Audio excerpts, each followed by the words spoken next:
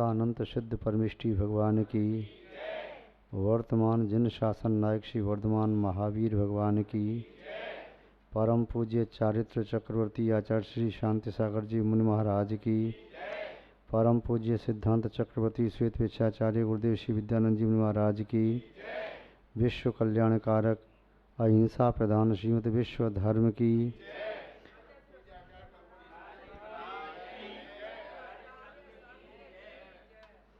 जैनम जयतु शासनम विश्व कल्याणकारकम। धर्म स्नेही सत श्रद्धालु यहाँ पर उपस्थित आप सभी भव्य वर पुंडरीक पुण्यात्मा महानुभाव,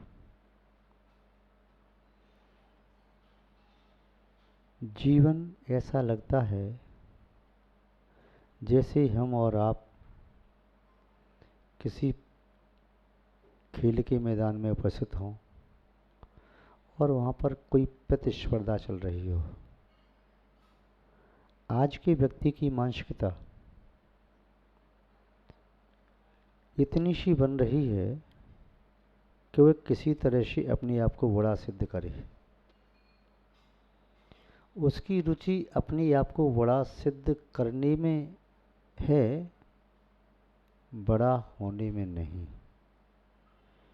बड़ा सिद्ध करने के लिए, बड़ेपन का प्रमाण पत्र लेने के लिए उसे चाहे कितने भी घिनौने तुच्छ कार्य करने पड़ें, वह उन कार्यों को करने से भी चूकता नहीं। बड़प्पन की भी एक भूख होती है, बड़ा बनने की भी एक तीव्र पिपासा मन में जागृत होती है। व्यक्ति को तब तक संतोष नहीं होता जब तक उसका नाम दो चार जगह इस प्रकार से न लिया जाए कि बहुत उच्च पद पर आसीन है। लोग अपने नाम के लेटर पैड छपवाते हैं, उसमें लिखवाते हैं अमुक संस्था में अध्यक्ष है, अमुक संस्था का संरक्षक है, अमुक संस्था में सलाहकार है, अमुक संस्था में मंत्री है, अमुक संस्था का सदस्य है। इसी प्रकार अपना परिचय देना प्रारंभ करते हैं। मैं समझता हूँ इन बड़े बड़े पद और डिग्रियों से व्यक्ति बड़ा नहीं होता। इस डिग्री से, पद से बड़ा होने का स्वांग करना वैसा ही लगता है जैसे कोई छोटा बालक स्टूल पर खड़ा होकर के कहे पिताजी मैं बड़ा हो गया।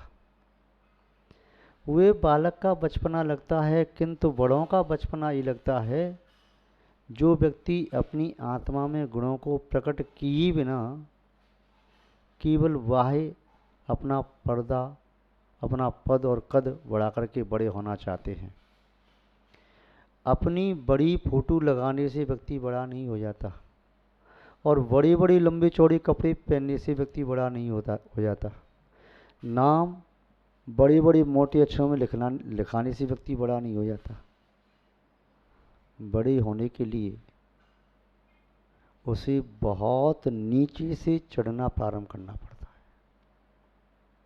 है। बड़े होने के लिए उड़ने की ज़रूरत नहीं है, सबसे नीचे वाली सीढ़ी से चढ़ना प्रारंभ करो तो संभव है व्यक्ति बहुत ऊंची वाली सीढ़ी पर पहुंच जाए। जिस वृक्ष की जड़ें जितनी ज़्यादा गहरी होती हैं, संभव है वह वृक्ष उतनी आकाश की ऊंचाई को छू लेता है। विनम्रता के बिना बड़प्पन असंभव है। जीवन में बड़प्पन आना चाहिए। लोग कहते हैं ये उनका बड़प्पन है, लघुता ही उनका बड़प्पन है। लघु व्यक्तियों का बड़ा कार्य करना, लघु व्यक्तियों के द्वारा अपना बड़ा स्थान बताना, ये उनकी तुच्छता है।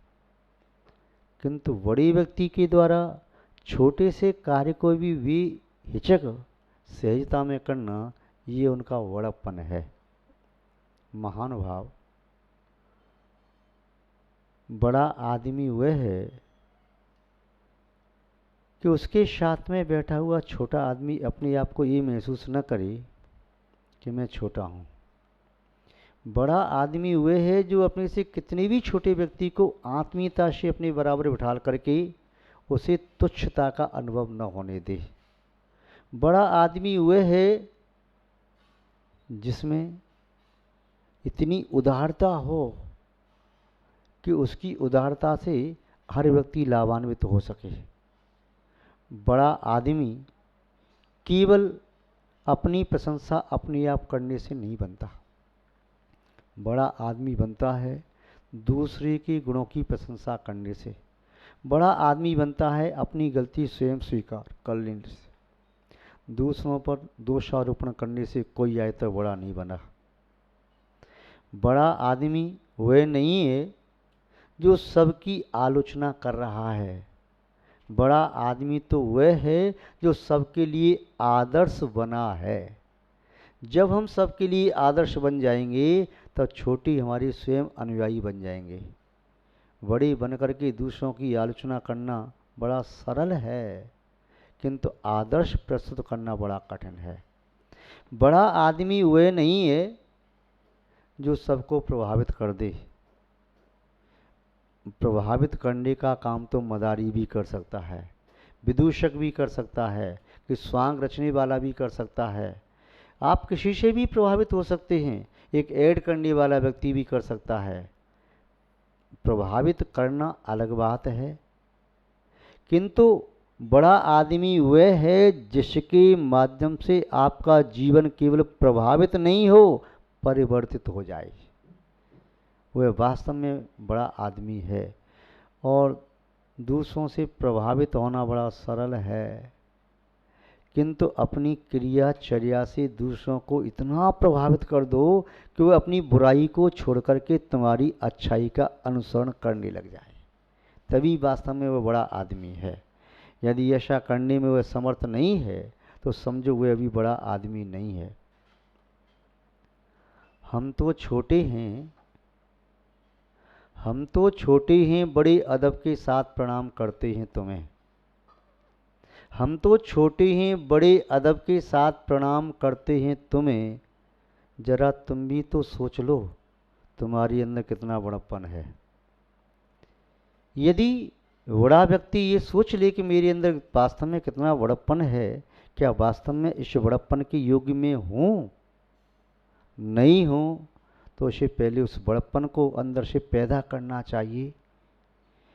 केवल एक चित्र में दीपक की ज्योति बना करके, एक लालटेन में बनाई, उसमें दीपक की ज्योति बना दी। उस चित्र की दीपक की ज्योति से, लालटेन की ज्योति से, चित्र में बने बल्ब और ट्यूबलाइट से, चित्र में बने सूर्य चंद्रमा से जीवन में प्रकाश, संसार में प्रकाश नहीं होता है। ऐसे ही पुस्तकों में लिखी हुई तुम्हारी अच्छाई और तुम्हारे गुण वो लोक कल्याण करने में शायद समर्थ न हो सकें, किंतु तुम्हारे चित्त में बसे हुए तुम्हारे गुण निस्संदेह पूरे लोक को, युग को बदलने में समर्थ हो सकते हैं। अपने चित्त में गुणों को प्रकट करना है।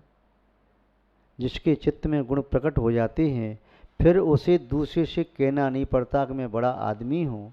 स्वतः उसकी अच्छाई वैसे ही फैल जाती है जैसे पुष्प की गंध, जैसे सरोवर के समीप से बहती हुई शीतल हवा।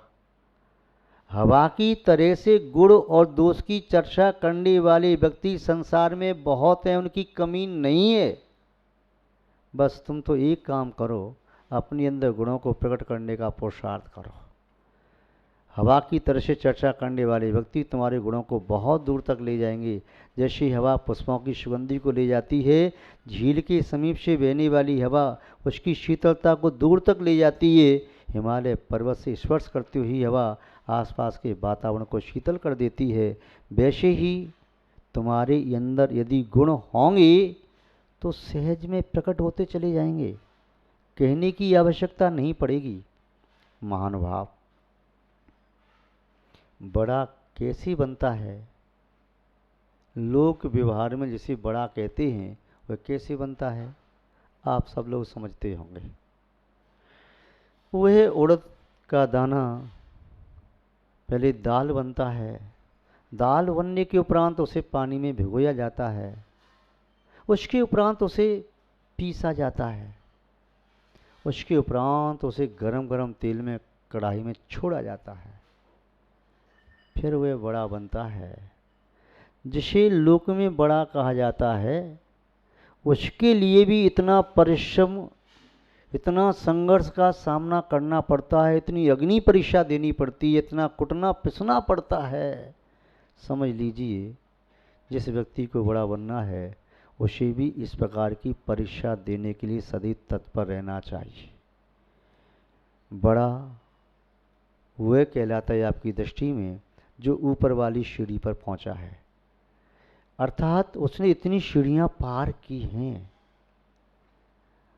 वृक्ष बड़ा होता है, झुकने लगता है। वृक्ष बड़ा होता है तो स्वार्थ की भावना छोड़ देता है। उसके पुष्प कभी अपनी गंध को ग्रहण नहीं करते, दूसरों को लुटाते हैं। वृक्ष पर आए हुए फल वृक्ष कभी सेवन नहीं करता, दूसरों के लिए दे देता है। नदी अपने पानी को स्वयं नहीं पीती, हवा स्वयं अपना आहरण नहीं करती। उसी तरह से बड़ा आदमी अपनी शक्ति का प्रयोग अपने लिए नहीं करता, दूसरों के लिए करता है। बड़ा आदमी वह है जो न केवल पराई को अपना बनाए, पराई व्यक्ति को अपना बनाना तो फिर भी सरल है, अपनों को अपना बना करके रखना वास्तव में बड़ा कठिन है। जिसके अपने व्यक्ति सदा अपने रहते हैं, उसके लिए पराई व्यक्ति भी अपने हो जाते हैं, और जिसके अपने व्यक्ति अपने नहीं रहते, उसका साथ न तो कोई अपना देता है न पराया देता है। अपनों को सहन करना बहुत बड़ी धीरता है, और धैर्यवान व्यक्ति ही बड़ा होता है। दूसरों को परास्त करना वीरता है, वीरता का प्रयोग तो छोटा बालक भी कर सकता है। दूसरों को पराजित करने का भाव वीरता का भाव है, और दूसरों को विजयी बनाने का भाव धैर्यता का भाव है। अपनों से हार जाने में ही अपनी विजय होती है। तो बड़ा व्यक्ति वह है जो पराई को नहीं, अपने को अपना सदैव बना करके रखे, उसका अपना कभी रुष्ट होकर के, टूट करके, रूठ करके कभी चला न जाए। यदि अपने को संभालने में समर्थ है तो सभी पराई व्यक्ति उसके अपने बनने की कोशिश करेंगे। महानुभाव, एक बालक स्कूल में देरी से पहुंचता है। 1 दिन हुआ, 2 दिन हुए, 4 दिन हुए, 15 दिन हुए, 20 दिन हुए। अध्यापक ने बार बार उसे डांटा। उस समय की बात है जिस समय अध्यापक विद्यार्थी को, शिष्य को पिटाई लगा सकते थे।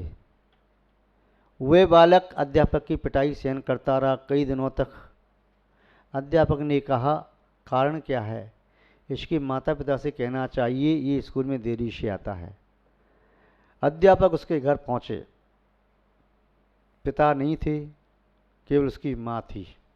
माँ और बेटा दो ही प्राणी उस टूटी से मकान में रहते थे। बहुत दयनीय अवस्था थी, किंतु फिर भी माँ अपने बेटे को पढ़ाना चाहती थी। जब अध्यापक ने माँ से कहा, तुम्हारा बेटा स्कूल में कई दिनों से विलंब से पहुंचता है। माँ ने कहा, विलंब से क्यों पहुंचता है? यहाँ से तो समय से आता है और समय से पहले निकल जाता है। पता नहीं। अध्यापक ने कहा, यदि आपको भी नहीं पता तो फिर कुछ गड़बड़ है। ये आखिर में जाता कहाँ है? जब घर से इतनी जल्दी निकल जाता है, स्कूल में देर से पहुंचता है, चलो पता लगाते हैं।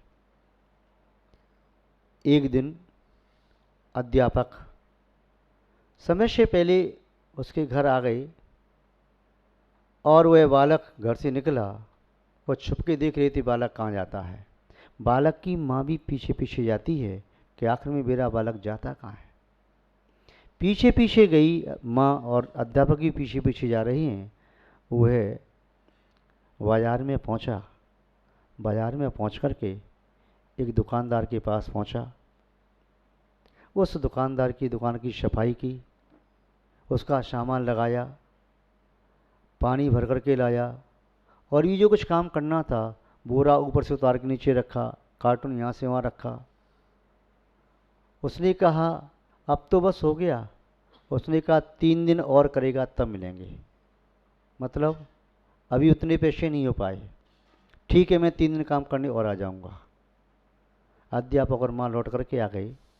वह सोचती है 3 दिन में क्या रेस होने वाला, क्या बातें करता क्या है। 3 दिन बाद जब वह फिर उन्होंने पीछा किया तो उस व्यक्ति ने बालक से कहा ठीक है, अब तुम्हारा पैसा पूरा हो गया, मैं तुम्हें दे देता हूँ। दुकानदार ने पैसा दिया। बालक पैसे का क्या करेगा। वह दूसरी दुकान पर गया, माँ के लिए एक साड़ी उसने खरीदी। उसके मन में भाव कुछ और हो रहा था। जब माँ और अध्यापक सामने मिले, उसने कहा बेटे तुम स्कूल से देरी क्यों जाते। उसने सब बातें बता दी। मेरी माँ इतनी निर्धन है कि एक ही साड़ी से वह काम चलाती है। आधी साड़ी पहनकर स्नान करती है, फिर दूसरी आधी साड़ी को पहन करके काम चलाती है। मैं पढ़ाई बाद में कर लूँगा, किंतु ये मेहनत करके मैंने अपनी माँ के लिए दूसरी साड़ी की व्यवस्था की है। अध्यापक और माँ कहने लगे वास्तव में अब तू छोटा नहीं रहा, बहुत बड़ा हो गया। जिसे दूसरे के दुख की वेदना होने लगे, जो दूसरे के सुख दुख को समझने लगी, जो दूसरे की भावनाओं को समझने लगी, वास्तव में बहुत बड़ा हो गया है वह। जब तक हम दूसरे की भावना को नहीं समझ पाते, जब तक हम दूसरे की बातों को नहीं समझ पाते, जब तक हम दूसरे की कृत्य नहीं समझ पाते, तब तक हम अपने आप को बड़ा मान भले ही लें, किंतु बड़ा ऐसे हो नहीं पाता। महान बाप एक छोटा सा रूपक और 2-3 मिनट में कहते हैं। एक लड़की ससुराल से अपने घर आई, मायके। माँ के पास घर में केवल अकेली माँ थी। उसकी बेटी आई, उसने माँ को देखा। माँ कुछ प्रसन्न सी है। माँ ने भोजन आदि बनाया और भोजन बना करके थाली में सजाया, रख करके उसने माँ ने उस भोजन की थाली का फोटो खींचा।